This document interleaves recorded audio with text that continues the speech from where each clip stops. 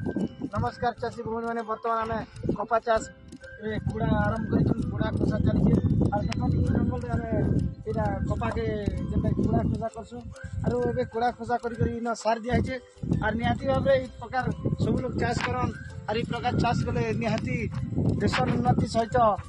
चाषी उन्नति हवा और ये प्रकार कपा कुड़ा भितर सार खना खन दीचु और संगे यहाँ ढाबी दीचु यहाँ के दिन गला डेंग हवा ओष मारा जाए तो यहाँ कपा हाइब्रिड लगाई तो आपण मैंने सब लोग कपा चाष कर चलन बर्तमान आम देख ये कपा चाष रे कुड़ा खोसा आरंभ कराई और इतनी सार खने खन दी कर लोग मैंने देखुचन मैट के इटा टोकु चतेनता ई गत्तले यदि एंता टोकले सार दिया है इते एंता टोपा जे टोकला पर काण हवा तले मैट ने भितर सार एंती दी बुझले तो इटा खेबा पति गछ खेला पर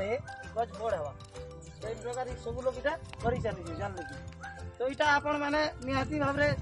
कपा चाष कर सब लोग देश तरक्की सहित सब लोग उन्नति ठीक अच्छे धन्यवाद।